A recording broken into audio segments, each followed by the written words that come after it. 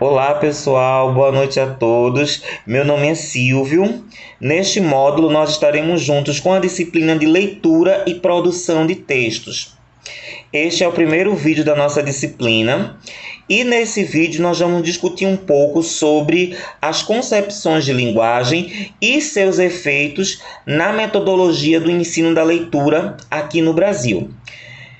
Eu posso começar dizendo que hoje nós temos uma concepção de leitura socio-interacionista. Essa concepção de leitura ela está presente nos documentos oficiais que orientam o ensino de língua portuguesa aqui no Brasil, como os PCNs, os Parâmetros Curriculares Nacionais, a BNCC, a Base Nacional Comum Curricular, que foi publicada recentemente. E hoje a gente trabalha, na sala de aula, a gente trabalha a leitura a partir de diferentes gêneros textuais, gêneros escritos, gêneros multimodais. A gente também trabalha a leitura através de diferentes suportes, como o hipertexto, não é isso? Vídeos, filmes, suportes impressos. Então, hoje nós temos uma determinada metodologia de ensino da leitura, que vai justamente trabalhar a partir da diversidade de gêneros textuais, a diversidade de suportes, o trabalho com diferentes descritores de leitura, o trabalho com diferentes estratégias de leitura, o trabalho com as características constitutivas, sociocomunicativas do gênero. Porém, nem sempre foi assim. Por muito tempo, a concepção de leitura que esteve presente nos livros didáticos e também na metodologia de ensino, nas rotinas educacionais, foi uma concepção de leitura como decodificação. Decodificação da modalidade escrita da linguagem, ou seja, decodificação da escrita. Essa prática, ou melhor, essa concepção de leitura, ela fazia com que as metodologias que eram desenvolvidas na sala de aula simplesmente estimulassem a localização de mensagens que estavam expostas no texto e a reprodução, ou seja, a reescrita na íntegra. Então percebam que nós temos dois tipos de metodologias de ensino da leitura totalmente diferentes. E de onde é que essas metodologias vieram? De onde é que essas metodologias de ensino da leitura surgiram? Elas não surgiram do nada, ou seja, elas não se materializaram na sala de aula do nada. Essas diferentes metodologias de ensino da leitura surgiram em função das concepções de linguagem. Todas as práticas que acontecem na sala de aula, práticas de ensino de língua portuguesa, de língua estrangeira, práticas de ensino da leitura, de ensino da produção de texto, não surgem do nada na sala de aula, mas essas práticas estão diretamente relacionadas e vinculadas a três concepções de linguagem que vêm orientando o ensino de língua portuguesa aqui no Brasil. Tá? E é justamente disso que nós vamos tratar neste primeiro vídeo, tá? Então vamos lá. A primeira concepção de linguagem é a concepção de linguagem como expressão ou representação do pensamento. Essa concepção de linguagem, ela vem dos estudos da gramática tradicional grega. E essa concepção, ela vai dizer que a linguagem, ela tem o papel de expressar, de exteriorizar o pensamento de forma lógica e de forma racional. E como é que um sujeito ele faria para exteriorizar o seu pensamento de forma lógica e racional? Através do uso da gramática. Então, por conta dessa concepção, por influência dessa concepção de linguagem como expressão ou representação do pensamento, o ensino de língua portuguesa aqui no Brasil, ele vai ter como foco o ensino das regras gramaticais. Isso ia desde o primeiro ano do ensino fundamental até o terceiro ano do ensino médio, que na época tinham outras nomenclaturas. Mas acreditava-se que para o aluno ler bem e para que o aluno conseguisse escrever bem, ele teria que saber normas gramaticais. Então, por isso que o ensino de línguas, consequentemente o ensino da leitura, focou por tanto tempo no ensino da gramática, ou seja, na análise e na classificação de frases, ou melhor, na análise e na classificação de termos que estavam presentes nas estruturas das frases, né? Porque acreditava-se que se o aluno soubesse gramática, ele saberia ler bem e ele saberia produzir textos bem. O que eu posso dizer mais sobre essa concepção de linguagem?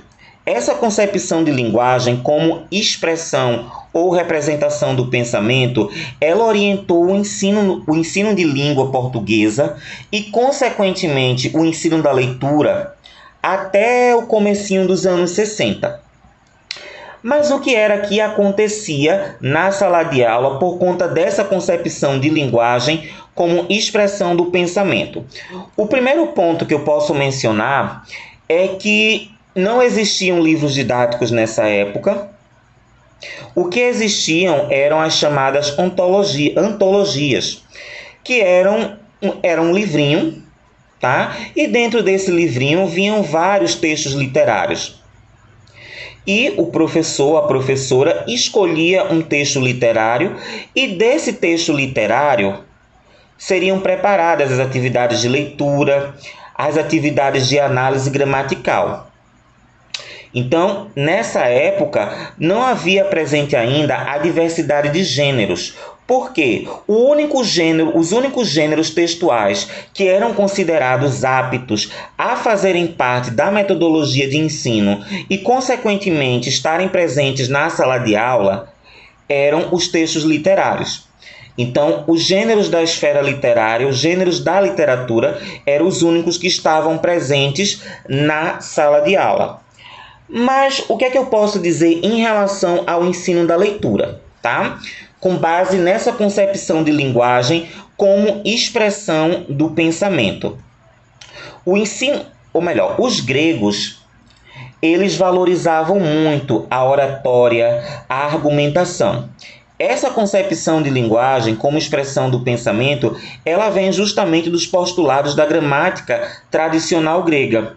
Então, por conta disso, o ensino da leitura, com base nessa concepção de linguagem, ele vai focar especificamente na oralização do texto escrito. O que é que eu estou querendo dizer com isso, tá? O ensino da leitura, ele vai privilegiar a leitura vozeada, a leitura oral de textos.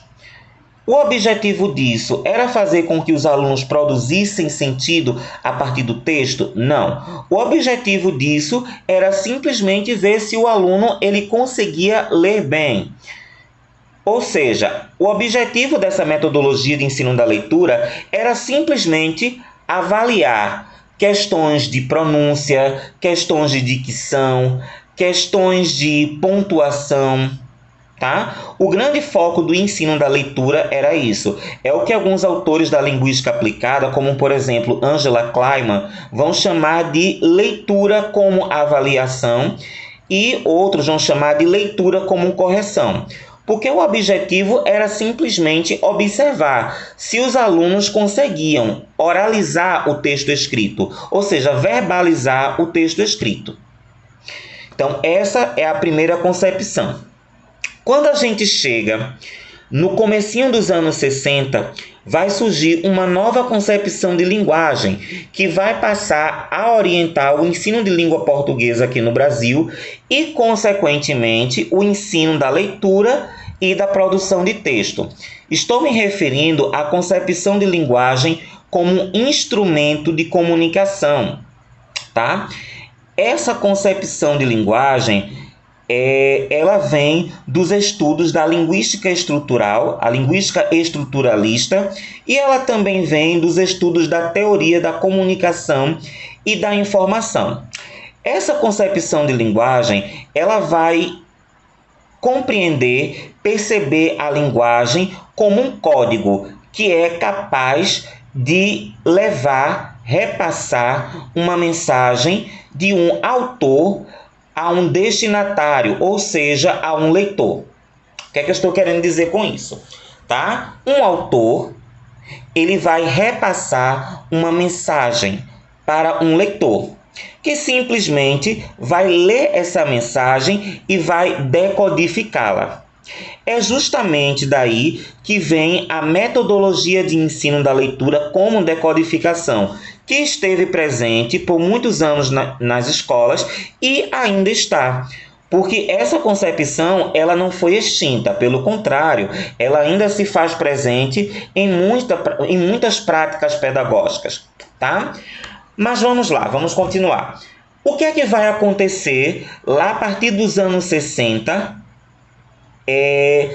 no ensino de língua portuguesa com base na concepção de linguagem como instrumento de comunicação? O que eu posso dizer logo de início é que esse foco na gramática que se tinha com base na concepção de linguagem anterior, ele vai perder um pouco o poder. O que é que eu estou querendo dizer com isso, tá? A gramática, ela não vai estar mais tão presente na sala de aula. Como assim?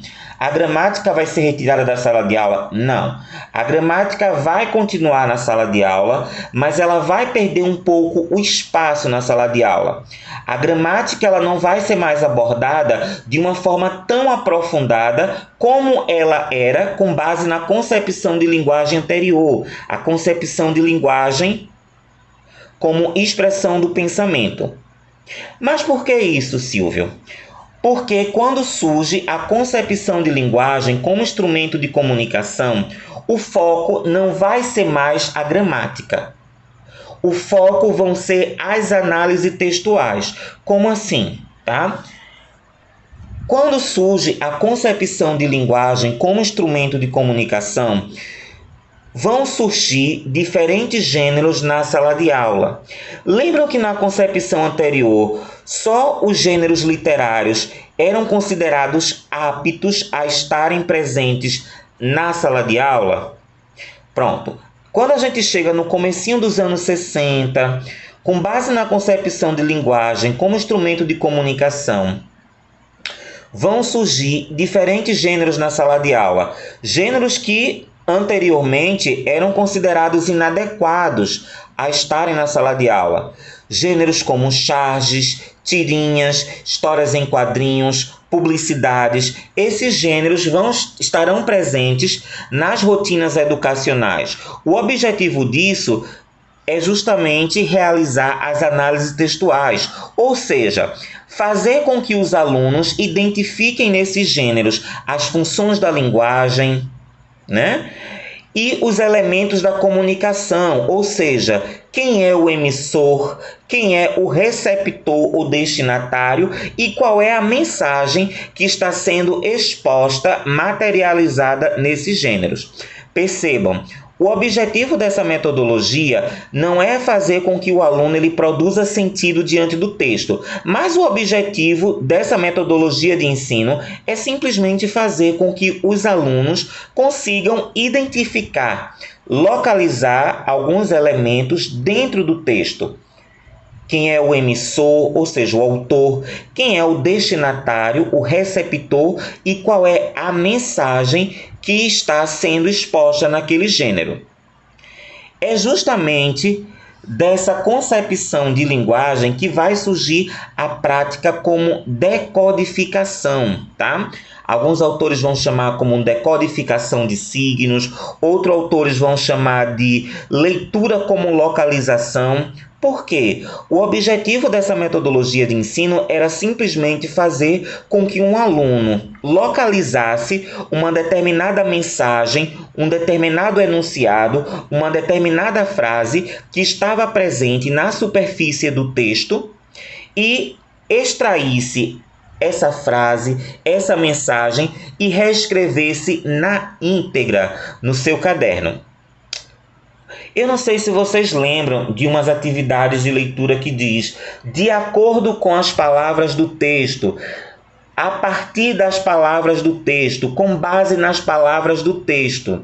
Então, o aluno, ele simplesmente é estimulado a ir no texto, localizar uma determinada informação que está lá presente na superfície do texto, ou seja, essa informação ela não está implícita para o aluno deduzi-la. Não, essa informação ela está explícita, escrita, expressa na superfície do texto. O aluno simplesmente vai ter que localizar essa informação, retirar essa informação do texto e reescrevê-la na íntegra no seu caderno.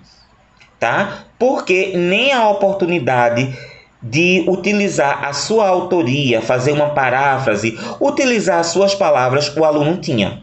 Ele tinha que reescrever na íntegra. É também dessa concepção aquelas práticas de atividades do tipo siga o modelo, onde tinha um modelo lá em cima que o aluno deveria fazer, né? E logo abaixo haveria 10 frases para o aluno praticar aquele modelo. Isso daí é justamente a questão da repetição e memorização, que o aluno olharia o modelo, seguiria aquele modelo e faria umas 10 frases, ou seja, o aluno faria em 10 frases a mesma prática, com o objetivo de repetir constantemente e memorizar aquela determinada prática. Então, com base nessa concepção de linguagem como instrumento de comunicação, o ensino da leitura aqui no Brasil, ele focou nessa questão da decodificação de mensagens escritas no texto, tá?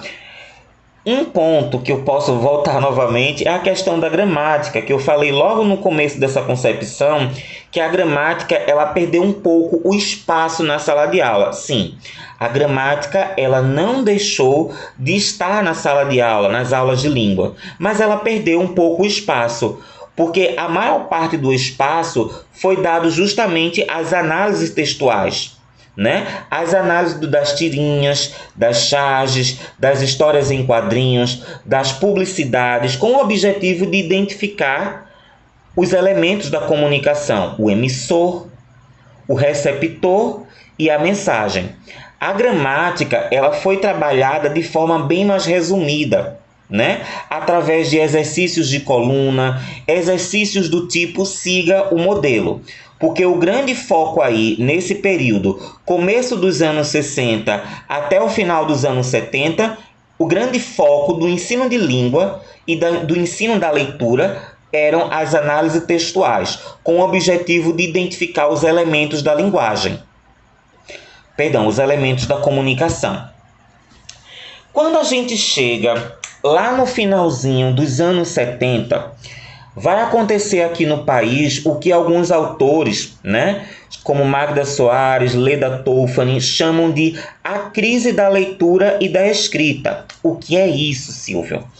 Os vestibulares, as provas de vestibular das universidades tops de linha lá do estado do eixo Rio, São Paulo e Minas Gerais, elas vão apresentar erros grotescos de interpretação e erros nas provas de redação. Então, a mídia televisiva da época vai cair em cima do sistema educacional brasileiro. E é o que a mídia vai chamar de a crise da leitura e da escrita, a mídia da época, tá? Então, pesquisadores de várias universidades brasileiras, tá? E pesquisadores de várias secretarias de educação brasileiras vão começar a pesquisar lá no finalzinho dos anos 70, lá no finalzinho mesmo, sobre ensino de língua portuguesa, ensino da leitura e ensino da escrita. Então, quando chega no comecinho dos anos 80, vão surgir inúmeras teorias educacionais, tá? Teorias da área da pedagogia, teorias da área da psicologia, em especial da psicologia cognitiva, tá? E vão surgir também teorias da linguística, tá? Que é a nossa área de estudo. Então, no comecinho dos anos 80, vão ser divulgadas inúmeras teorias. Teorias da análise do discurso, teorias da linguística de texto, teorias da psicolinguística, teorias da pragmática, teorias da psicolinguística, teorias da sociolinguística, tá? Então, quando a gente chega nos anos 80, aqui no Brasil, vão surgir uma ampla quantidade de estudos educacionais, estudos da linguística, da psicologia, estudos da pedagogia, estudos da sociologia, e todos esses estudos vão tratar justamente do ensino de língua, do ensino da leitura e do ensino da escrita. Tá? É justamente aí que vai surgir uma nova concepção de linguagem, a concepção de linguagem interativa, ou também, como alguns autores chamam de concepção dialógica da linguagem. Tá? Essa concepção de linguagem, concepção interativa de linguagem, ela vem justamente dos estudos da linguística da enunciação. O que é a linguística da enunciação? São todas as correntes da linguística que concebem a língua enquanto uma atividade social. Atividade social e situada, que está presente dentro de um contexto comunicativo de uso. E quais são essas correntes da linguística? Justamente a análise do discurso, a linguística de texto, a sociolinguística, a pragmática e a psicolinguística. Essas 5 correntes da linguística é o que nós chamamos de linguística da enunciação, porque elas tomam a língua, elas concebem a língua como uma atividade social e situada, que está presente em um contexto comunicativo de uso. Perdão. Então, é justamente aí que vai surgir essa nova concepção de linguagem, a concepção interativa, interacional ou dialógica da linguagem. Essa concepção de linguagem, ela está presente até os dias de hoje, né? Todos os documentos oficiais do Ministério da Educação, todas as propostas curriculares, tá? Ou melhor, a grande maior parte, elas são baseadas nessa concepção da linguagem, a concepção socio-interacional, interacionista, dialógica da linguagem, tá? Então, vamos retomar. Anos 80, vai surgir aqui no Brasil uma ampla quantidade de estudos, tá? Estudos da linguística, estudos da pedagogia, da psicologia, da sociologia. Esses estudos, eles não vão, ou melhor, as teorias que são postas por esses estudos, elas não vão se materializar logo de imediato na sala de aula. Por quê, Silvio? Esses estudos, eles vão propor uma nova forma de ensino. Ou seja, eles vão pensar em uma nova forma de ensino da leitura e da escrita. Porém, as teorias que vão ser postas por esses estudos, elas vão se materializando ao longo dos anos. E elas vão se materializar principalmente lá no finalzinho dos anos 90, em 1997, ano em que vai ser publicada a primeira versão dos PCNs, os Parâmetros Curriculares Nacionais de Língua Portuguesa, e em 1998, onde vão ser publicados também outros parâmetros curriculares, os Parâmetros do Ensino Fundamental 2 de Língua Portuguesa, os PCNs de Língua Portuguesa do Ensino Fundamental 2. É nesse momento, tá, que a gente pode dizer que vai ser mais visível, que vão ser mais visíveis todas as teorias que surgiram lá no comecinho dos anos 80. Essas teorias, elas serão postas nos documentos oficiais, nos livros didáticos e nas salas de aula, nas salas de aula. Porém, não de imediato. Vai levar um tempo? Vai levar um tempo. Então, é com a publicação dos PCNs que nós poderemos perceber bem mais visível, né, o reflexo da concepção interacional ou dialógica da linguagem. Essa concepção que surgiu lá no comecinho dos anos 80, tá? E quais são as propostas que os PCNs de língua portuguesa vão trazer? Tá? Eu já vou entrar um pouquinho nas discussões de outros materiais. Os PCNs vão propor, primeiramente, a divisão, ou melhor, a organização do ensino de língua portuguesa em 4 eixos didáticos de ensino: leitura, produção de texto escrito, produção de texto oral ou oralidade e análise linguística. Se antes o ensino de língua portuguesa ele focava preponderantemente no ensino da gramática, a análise de frases, né, dos elementos que estão presentes na frase, na estrutura das frases, então os PCNs eles vão justamente orientar essa organização das rotinas educacionais do ensino de língua portuguesa em 4 eixos: leitura, produção de texto escrito, oralidade e análise linguística. Outra grande orientação que os PCNs vão trazer é justamente os gêneros do discurso como objetos de ensino. Ou seja, os PCNs vão orientar que o ensino da leitura, ou melhor, o trabalho com esses 4 eixos, leitura, produção de texto escrito, oralidade e análise linguística, aconteça com os subsídios da diversidade textual, ou seja, da diversidade de gêneros. E, ao trabalhar com esses